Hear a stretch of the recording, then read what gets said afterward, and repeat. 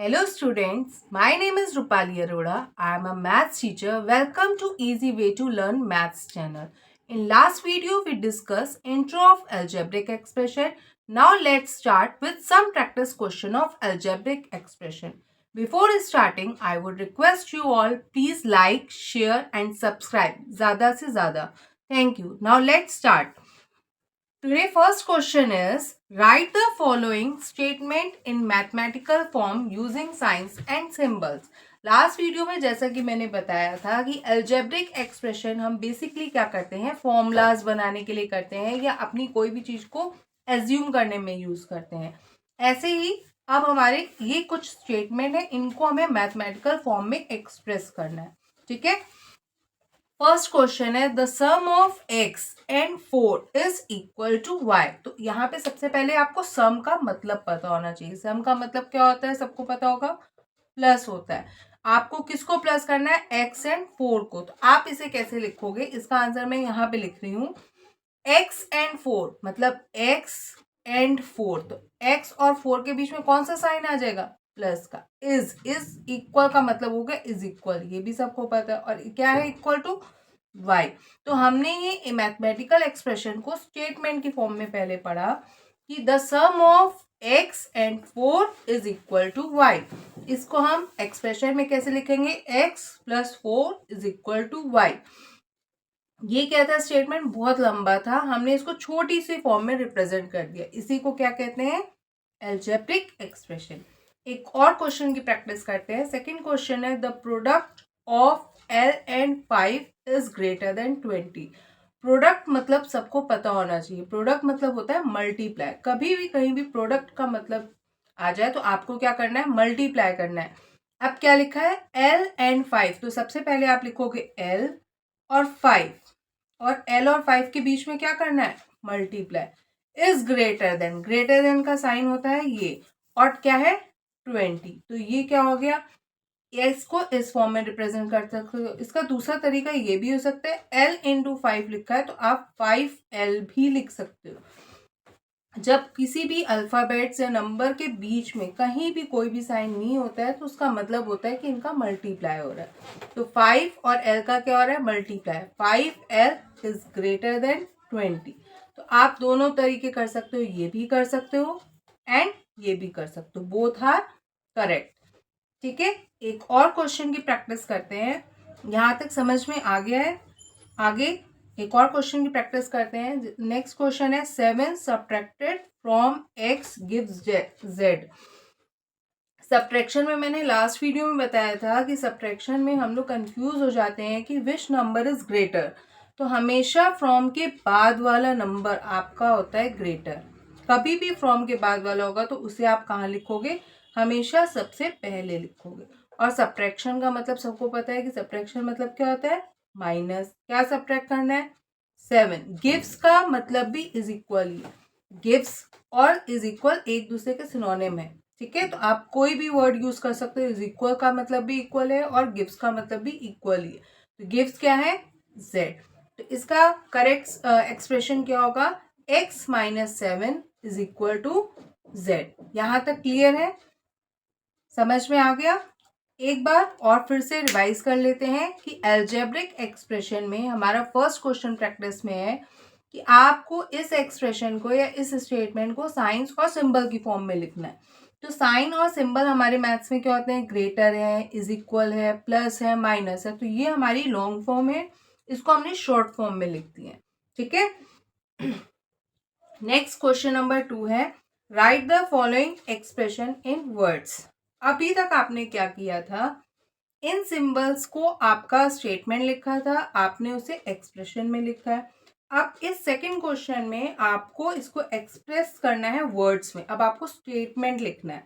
तो सबसे पहले 11 माइनस एन, 11 माइनस एन को कैसे लिख सकते हो,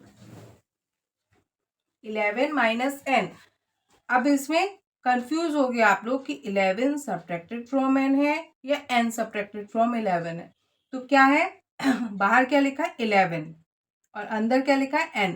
तो क्या फ्रॉम किसके पहले आएगा, 11 के पहले। तो आप लिखोगे n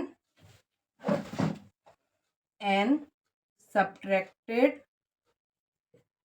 subtracted from 11। अब देखो मैंने बताया था कि फ्रॉम के बाद वाला नंबर बाहर आता है। अगर आपको कंफ्यूजन हो तो आप एक बार चेक कर सकते हो कि फ्रॉम के बाद वाला नंबर बाहर आता है। 11 फ्रॉम 11 लिखा है तो 11 क्या हमारा बाहर है। सब्ट्रैक्शन मतलब होता है माइनस, और हमें क्या करना है n। अब नेक्स्ट सेकेंड क्वेश्चन है m अपॉन का साइन लगा है 7 है इज इक्वल टू 14। तो यहाँ पे आप क्या करोगे, m डिवाइडेड बाय, सिंपली क्या लिखोगे m divided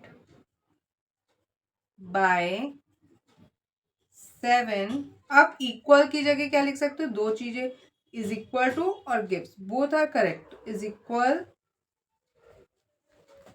to 14, is equal to की जगह आप दूसरा भी क्या लिख सकते हो, गिव्स। तो दोनों करेक्ट हैं। यहाँ पे कंफ्यूज मत होना कि m डिवाइडेड बाय 7 लिखना है या 7 डिवाइडेड बाय m लिखना है। जो पहले लिखा है उसे पहले लिखोगे, डिवाइडेड बाय लिखोगे, और जो नीचे लिखा है उसको नेक्स्ट में लिख के इज इक्वल टू 14 या कोई भी साइन होगा तो आप उसमें एक्सप्रेस कर दोगे। अब नेक्स्ट क्वेश्चन है 10p is greater than q। तो यहाँ पे आप कैसे भी कर सकते हो, 10p सिंपली लिख सकते हो 10p is greater than q। ठीक है, इसका और एक तरीका क्या हो सकता है, product of 10 and p is greater than q। अभी 10 और p का मैंने बताया था कि जब सिंबल और आपके अल्फाबेट के बीच में कोई भी साइन नहीं होता है, नंबर और अल्फाबेट के बीच में, तो उसके बीच में मल्टीप्लाई का साइन होता है। इसका मतलब 10 और p के बीच में क्या है, मल्टीप्लाई का साइन। तो मल्टीप्लाई को आप क्या लिखते हो, प्रोडक्ट। तो लिख सकते हो the product of 10 and p is greater than 7। तो यहां तक आपको समझ में आ गया है। कहीं भी कोई भी डाउट हो तो आप अपने कमेंट बॉक्स में कमेंट करके अपने डाउट को क्लियर कर सकते हो। Now let's do some more questions. यहां तक क्लियर है, इसको मैं रफ कर रही हूँ, अगर आप चाहे तो आप इसका स्क्रीनशॉट ले लीजिए। ओके। अब लास्ट में वीडियो में मैंने ये भी आपको बताया था कि कुछ क्वेश्चन हमारे प्रैक्टिस के लिए आते हैं कि कोफिशिएंट और आपके वेरिएबल्स क्या होते हैं, कोफिशिएंट किस में क्या है, तो उसके भी हम कुछ क्वेश्चंस करेंगे। Now our third question is right the coefficient of. इसमें कई बार हेडिंग आ जाती है कि आपको एक्स के ही पूरे एक्सप्रेशन में सारे जितने भी क्वेश्चंस होते हैं उसमें एक्स के ही कोफिशिएंट बताने हैं, लेकिन इसमें मैंने थोड़े अलग अलग टाइप के कर दिए जिससे आपको कोई भी प्रॉब्लम ना आए, समझ में आ जाए। अब फर्स्ट क्वेश्चन है कि right the coefficient of p in 5pqr minus 5pqr। अब इसमें p का कोफिशिएंट बताना है, तो आप p पे क्या रखोगे, फिंगर, मतलब p को हाइड कर दोगे। p को हाइड करने के बाद क्या बचा आपका, -5qr। तो p का कोफिशिएंट क्या हो जाएगा, जिसको हाइड करने के बाद जो भी बच गया वो क्या है, आपका कोफिशिएंट है। तो p का कोफिशिएंट क्या हो गया, -5qr। ठीक है, ये बहुत ही इजी तरीका है। कई बार कंफ्यूज हो जाते हो या ये कहा जाता है कि डिवाइड करो, तो ये बहुत ही इजी वे है कि आप इसमें उस जिसका भी कोफिशिएंट पूछा गया आप उसको हाइड कर दो। अब नेक्स्ट क्वेश्चन है l square in 4l square m square and n। अब यहाँ पे l स्क्वायर का कोफिशिएंट पूछा, तो l स्क्वायर को क्या करोगे, फिंगर रखोगे। जिसको फिंगर रखोगे उसके आसपास जो भी है सब आपको लिख दोगे। तो क्या हो जाएगा, l स्क्वायर का कोफिशिएंट 4 बच गया हमारा, m स्क्वायर और n। ठीक, नाउ एक और क्वेश्चन कर लेते हैं, m in -3/8 n square m। इसमें आपको किसका कोफिशिएंट बताना है, m का। तो m का कोफिशिएंट क्या है, m को हाइड करोगे क्या आ जाएगा, -3/8 n स्क्वायर, -3/8 n स्क्वायर। ऐसा ही एक क्वेश्चन और आ जाता है जब उसमें आपके टर्म्स भी होते हैं, उसको हम बड़ी क्लासेस में सीखेंगे 8th 9th में। ठीक है, तो अभी ये आपका जो है 6th क्लास के लिए इनफ है। एक बार और से समझ लेते हैं कोफिशिएंट क्या होता है। जैसे coefficient of p in -5pqr, तो p का कोफिशिएंट निकालना है। सिंपल सी बात है, इजी सी बात है कि p का कोफिशिएंट निकालना है तो हम p को क्या करेंगे, हाइड, बाकी जो भी बचेगा वो क्या हो जाएगा, उसका आंसर। तो ये अभी आप जो अलजेब्रा आज जो पढ़ रहे हो बिल्कुल बेसिक है, जब आपकी स्टार्टिंग है, बिल्कुल जब नया चैप्टर है 6th क्लास के लिए। ऐसे ही एल स्क्वायर का कोफिशिएंट क्या है, एल स्क्वायर को हाइड कर दोगे 4m² n, वो उसका कोफिशिएंट है। m n -3/8 n स्क्वायर, तो m का कोफिशिएंट क्या है, -3/8 n स्क्वायर। यहाँ तक क्लियर है। अब नेक्स्ट आपका क्वेश्चन है, classify as monomial, binomial, trinomial और पॉलिनोमियल। यहाँ पे आपको क्या करना है, क्लासीफाई करना है। लास्ट वीडियो में मैंने बताया था मोनोमियल क्या होते हैं, बाइनोमियल क्या होते हैं, ट्राइनोमियल क्या होते हैं। फिर भी एक बार शॉर्ट में मैं थोड़ा बता देती हूँ, आपको एक्सप्लेन कर देती हूँ कि मोनोमियल क्या होते हैं। Monomial, binomial, binomial, trinomial, trinomial और लास्ट है हमारा पॉलिनोमियल। तो मोनोमियल क्या होता है, जिसमें केवल एक टर्म हो, ओनली वन टर्म। जब हमारा केवल वन टर्म होता है तो उसे हम क्या कहते हैं, मोनोमियल। टर्म मैंने बताए थे कि जब प्लस माइनस की फॉर्म में, बीच में प्लस माइनस के साइन में अलग अलग करते हैं तो वो हमारे हो जाते हैं टर्म्स। तो अगर एक ही टर्म है तो वो हो गया मोनोमियल। अगर जिसमें दो टर्म है तो उसे हम क्या कहेंगे, binomial. Two terms, when two terms they are called binomial। ऐसे ही ट्राई, ट्राई मीन्स हो गया 3, तो 3 टर्म्स वाला क्या होता है हमारा, ट्राइनोमियल। पॉलिनोमियल क्या है, जिसमें क्या हो, मोर देन 1 b 2 3। अब 3 के बाद क्या आएगा, more than 3 term, more than 3 terms. More than 3 terms जब किसी में होते हैं तो उसे पॉलिनोमियल कहते हैं। कई बुक में पॉलिनोमियल की जगह मल्टीनोमियल भी है, मल्टीनोमियल। तो मल्टीनोमियल और पॉलिनोमियल हमारे एक ही, ठीक है। कंफ्यूज मत होना कि अरे मैम ने पॉलिनोमियल बताया, मल्टीनोमियल क्या होता है। मल्टीनोमियल भी पॉलिनोमियल ही है।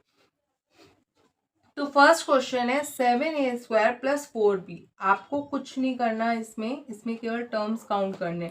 अब टर्म कैसे काउंट करोगे, जब मैंने बताया कि प्लस और माइनस के बीच में साइन होते हैं, ठीक है। तो प्लस से यहाँ पे प्लस का साइन है, प्लस का साइन है, इसका मतलब ये 1 टर्म है और ये कितने टर्म है, 2। तो कितने टर्म है इसमें, 2 टर्म। 2 टर्म वाले को हम क्या कहेंगे, क्या कहेंगे 2 टर्म वाले को, बाइनोमियल। और बाइनोमियल की स्पेलिंग बाई, BINOMIAL, ठीक है। ये क्या है, बाइनोमियल। नेक्स्ट है हमारा 3x² + 5x + y², ठीक है। अब ये कौन से टाइप का है, तो फिर से काउंट करो कितने टर्म है, 1 2 3। एक बार जब इन क्वेश्चंस की ऐसे आप हैंड रख के प्रैक्टिस करोगे और काउंट करोगे तो आपको अपने आप लगेगा, धीमे धीमे आप खुद ही अपने आप सीख जाओगे। लेकिन स्टार्टिंग जब हम किसी भी चीज़ की करते हैं ना, उसे एक बार थोड़ा टाइम देते हैं। थोड़ा टाइम देने से हमारा क्या होता है कि हमारी चीज़ दिमाग में बैठ जाती है और हम भूलते नहीं हैं। तो जब आप नए नए क्वेश्चंस को करते हो तो उसकी एक बार ऐसे ज़रूर प्रैक्टिस क्या करो, 1 2 3, आपका अपने आप ही निकल गया 3 मीन्स ट्राई। तो ये कौन सा नोमियल है, ट्राइनोमियल है। तो आप सिंपली लिख दोगे ट्राइनोमियल, TRINOMIAL। तो ये कौन सा हमारा नोमियल है, ट्राइनोमियल। अब नेक्स्ट क्वेश्चन एक और है, -AB + BC - CA + ABC, -AB + BC - CA + ABC। तो ये कौन से टाइप का है, ये कौन से टाइप का है, कितने टर्म है, फिर से इसे काउंट करो, 1 2 3 4। कौन सा है, 1 2 3 4। अब 4 वाला यहाँ पे तो कहीं नहीं लिखा, लेकिन यहाँ पे क्या लिखा है, मोर देन 3। तो इसमें कितने टर्म्स है, more than 3 terms. More than 3 terms वाला क्या होता है, पॉलिनोमियल। पॉलिनोमियल, ठीक है। तो यहाँ तक आपको समझ में आ गया होगा। फिर से एक बार रिवाइज कर लेते हैं मोनोनोमियल वाला क्वेश्चन को। Question number 4, classify as monomials, binomials, trinomials और पॉलिनोमियल्स। मोनोमियल्स तो आपको पता होगा, किसी में भी सिंगल टर्म लिखा होगा, 7xyz हो सकता है, 4abc हो सकता है। तो सिंगल टर्म अगर लिखा है, जब कोई भी साइन नहीं आगे, कुछ भी नहीं लिखा, तो आपका मोनोमियल है, ठीक है। तो मैंने बाइनोमियल का एक क्वेश्चन दे दिया, 1 काउंट करोगे 1 2 टर्म्स है, तो क्या होगा, बाइनोमियल। 1 2 3 कितने टर्म्स है इसमें, 3, तो इसका क्या हो गया, ट्राइनोमियल हो गया। 1 2 3 4, तो इसमें क्या, मोर देन 3 टर्म्स है, तो इसका आप क्या हो गया, पॉलिनोमियल। तो पॉलिनोमियल। तो आज आपने प्रैक्टिस की स्टेटमेंट्स को आप कैसे मैथमेटिकल की फॉर्म में लिख सकते हो। आप एक्सप्रेशन लिखा है तो उसे आप कैसे स्टेटमेंट फॉर्म में लिख सकते हो। आपने कोफिशिएंट सीखे, आपने क्लासीफाई सीखा, मोनोमियल, बाइनोमियल, ट्राइनोमियल और polynomial. Today we have practiced some algebraic questions. If you have any doubt, please comment on comment box. I am giving you one question for practice. Please solve and write your solution in comment box. Question is this, 3x plus 7y plus 9x. इसमें आपको बताना है कि कौन सा नोमियल है, binomial है, trinomial है, पॉलिनोमियल है या मोनोनोमियल है। However, we will discuss this question in next session. Once again, thank you all for kind love. Please like, share, subscribe and comment on comment box. Thank you. Bye.